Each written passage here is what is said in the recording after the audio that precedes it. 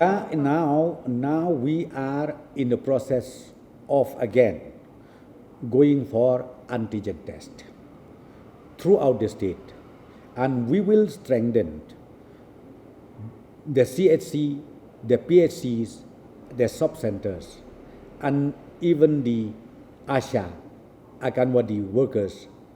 We need to involve them. Then, because see, RAT is very simple to collect the sample. It's very, very simple. So now we are in the process of going for the masked antigen test to every citizens of the state. And most likely, maybe we will work it out tomorrow. We will identify few vulnerable places where each and every citizen needs to go for antigen test. See, even till today, the fight that we are doing against this COVID-19 is closely, jointly done by the government with the Rangbashnong, with the Community throughout the state. And even for the antigen test, where we will ultimately conduct in each and every identified villages, that also will have to be done jointly between the government and the Rangbashnong and the Community. Well, in fact, see, it is very unfortunate. We have seen it now almost a week. The fatality keep increasing day by day.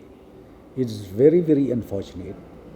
Of course, government and even the relative of those deceased, they have tried their best, be it in private hospital, be it in the community hospital. We tried our best, but we could not. So my only request to each and everyone is, let us not lose hope. Let us walk, fight together, and let us also respect the notification, the advisories issued by the government through the health department from time to time, because this is the only way out where we can reduce, be it fatality or be it the active cases. So we will see what next to be done. But my only message to all the citizens of the state, please be prepared. If we cannot curb the active cases, because right now, even today, we have increased to 450. So it seems the situation is still very, very grim, very serious. So I would request all the concerned citizens of the state, let us be prepared ourselves.